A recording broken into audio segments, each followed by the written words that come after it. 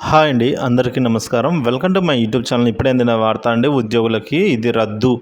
Supreme court కీలక తీర్పు ఇవ్వడం జరిగింది. సో, వివరాలు వీడియోలో తెలుసుకుందాం. వీడియో ఎక్కడ స్కిప్ చేయకుండా ఎండ్ వరకు చూసేయండి. అప్పుడే పూర్తి ఇన్ఫర్మేషన్ అనేది అర్థమవుతుంది.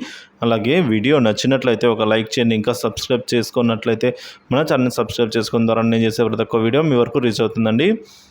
ఇక ఆలస్యం చేయకుండా వివరాలకైతే వెళ్ళిపోదాం.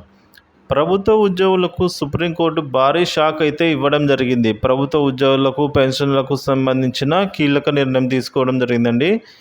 తాజాగా ఇంటి అద్దె అలవెన్స్ విషయంలో సుప్రీంకోర్టు కీలక తీర్పునైతే విడుదల చేసింది. అదేంటంటే, రిటైర్ అయిన ప్రభుత్వ ఉద్యోగి అయిన తన తండ్రి కేటాయించిన అద్దె రహిత వసతి గృహంలో ఉంటున్న ప్రభుత్వ ఉద్యోగి ఇంటి అద్దె అలవెన్స్కి క్లెయిమ్ చేసే అర్హత లేదు అనైతే తాజాగా సుప్రీంకోర్టు తీర్పునిచ్చింది.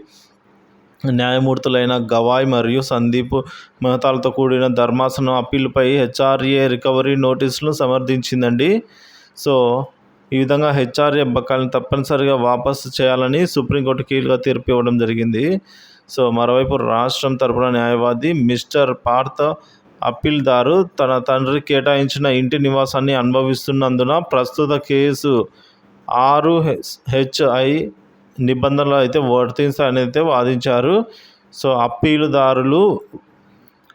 అప్పీలుదారు వాదనలను తోసిపుచ్చిన ధర్మాసనం ఇంటి అద్దె అలవెన్స్ హెచ్ఆర్ఏ బకాయిలను తిరిగి చెల్లించాలని మళ్ళీ రిటర్న్ ఇవ్వాలని చెప్పేసి తీర్పునివ్వడం జరిగిందండి. సో, కాబట్టి ఇక నుంచి ఇవన్నీ రద్దండి. ఎవరైతే ప్రభుత్వ ఉద్యోగి తండ్రి అనుభవిస్తున్న ఇంట్లో ఉంటూ హెచ్ఆర్ఏకి అయితే ఎలిజిబుల్ కాడండి.